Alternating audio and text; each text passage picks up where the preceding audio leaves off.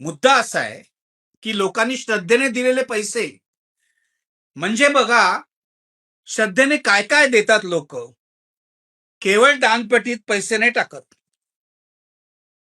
इथे ज्या मूर्त्या दिलेल्या आहेत राम मंदिराला भेट लोकांनी सोन्याच्या चांदीचा, त्यांचाही गैरव्यवहार झालेला आहे. सोन्या चांदीच्या विटा दिलेल्या आहेत, त्यांचाही गैरव्यवहार झालेला आहे. सिंधी समाजाने चांदीच्या विट्या दिल्या होत्या, ज्यावर त्यांचे जे संत आहेत बुरेलाल यांचं नाव कोरलेलं होतं. या चांदीच्या विटांची जी किंमत 7 कोटी आहे असं या समाजाच्या प्रवक्त्यांचं म्हणणं आहे.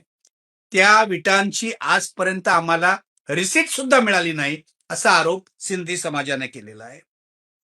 काही विटा सोन्याच्या असतात, त्याही पळवल्या गेलेल्या आहेत, मूर्ती पळवल्या गेलेल्या आहेत. आणि राम मंदिराच्या जमिनीमध्ये सुद्धा गैरव्यवहार झालेले आहे. एवढा मोठा घोटाळा होईपर्यंत उत्तर प्रदेशातलं आदित्यनाथचं सरकार गप्प बसलंय, लक्षात घ्या. कारण शेवटी चंपतराय हा आदित्यनाथचाच माणूस आहे. आणि यांचा उद्दामपणा एवढा की तक्रारी गेल्या पंतप्रधानांच्या कार्यालयापर्यंत, पीएमओ पर्यंत. पीएमओने सुद्धा दखल घेतली आणि स्थानिक प्रशासनाला पत्र पाठवलं की यांच्या हिशेबाच्या ज्या वह्या आहेत, यांनी जे काय अकाउंट्स मेंटेन केले त्यांच्याकडून मागा. स्थानिक प्रशासनाने हे अकाउंट्स मागितले तर आता एसआयटी नेमलेली आहे चौकशीसाठी असं सांगून चंपतराय आणि कंपनीने नकार दिला. पीएमओला सुद्धा नकार दिला, हे लक्षात घ्या.